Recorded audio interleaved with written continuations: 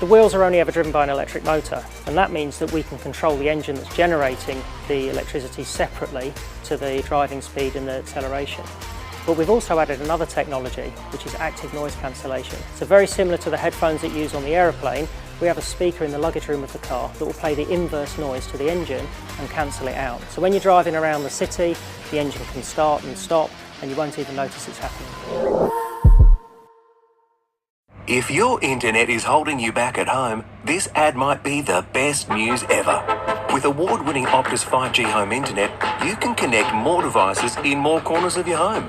Best part, our powerful Wi-Fi modem is included in all plans for $0. Simply stay connected for 36 months. That means you don't have to pay extra or use an old modem. Don't suffer the buffer. Visit Optus today. 5G available in selected areas. Actual speeds may vary. T's and C's apply.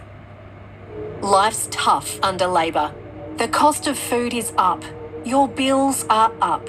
Economists agree that Labor's wasteful spending has added to Australia's inflation, which has been consistently higher than any major advanced economy.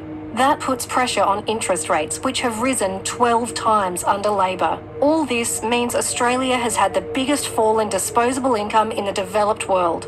We can't afford 3 more years of Labor. Authorised by Ahurst, Liberal, Canberra. A LISTNR production. G'day, it's Tom Perri with you. Limestone Coast Police have nabbed a woman for speeding and drink driving on the Dukes Highway. The 31-year-old from Bordertown was pulled over by officers yesterday evening after being clocked driving a Ford Falcon sedan at 171 k's an hour near Keefe. She then submitted a breath test registering a blood alcohol reading of 0.185, nearly 4 times the legal limit. SAPOL says she will be summoned to appear in court at a later date. An investigation has been launched following the appearance of a foam-like substance at a popular southeast beach. The foam was sighted last week at Brown Beach near 8 Mile Creek and reported to Grant District Council, which has referred the matter onto the Environment Protection Authority and Department of Primary Industries and Regions. It comes in the wake of a microalgae bloom on the Fleurieu Peninsula last month, which also saw foam washing up onto local beaches.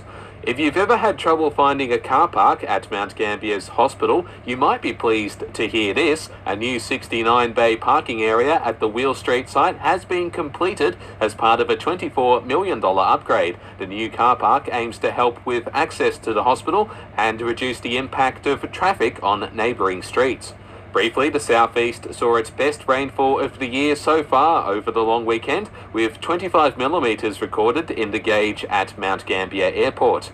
And with less than 2 weeks to go until polling day, a couple of early voting centres have opened up on the Limestone Coast. They're located at the Narracourt Senior Citizens Club and St Paul's Hall in Mount Gambier. Jessica Lilly from the Australian Electoral Commission says there will be plenty of places nationwide for us to have our say between now and May 3rd. Early voting centre locations and their opening days and hours are all available on the AEC's website at aec.gov.au.